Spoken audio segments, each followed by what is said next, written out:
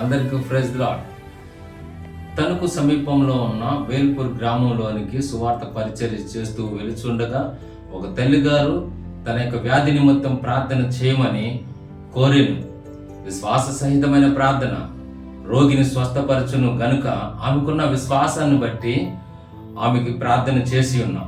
అలాగనే ఆ గ్రామానికి సంబంధించిన మరొక ఇద్దరు స్త్రీలు కూడా వారి యొక్క సమస్యలు మాకు తెలియజేసి ప్రార్థన చేయమని కోరిని.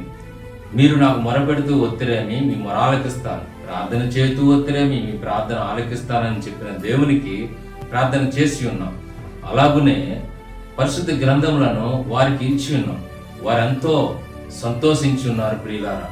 అలాగునే ప్రతి గ్రామంలోనూ, ప్రతి పట్టణంలోనూ, ప్రతి జిల్లాల్లోనూ దేవుని యొక్క స్వార్థ పరిచర్య చేయాలని మేమెంతో ఆశపడుతున్నాం. కాబట్టి మా కొరకు, మా స్వార్థ పరిచర్యల కొరకు మీ అనుదిన ప్రార్థనలో మమ్మల్ని జ్ఞాపకం చేసుకుంటారని ప్రేమపూర్వకంగా మీకు తెలియజేస్తున్నాం.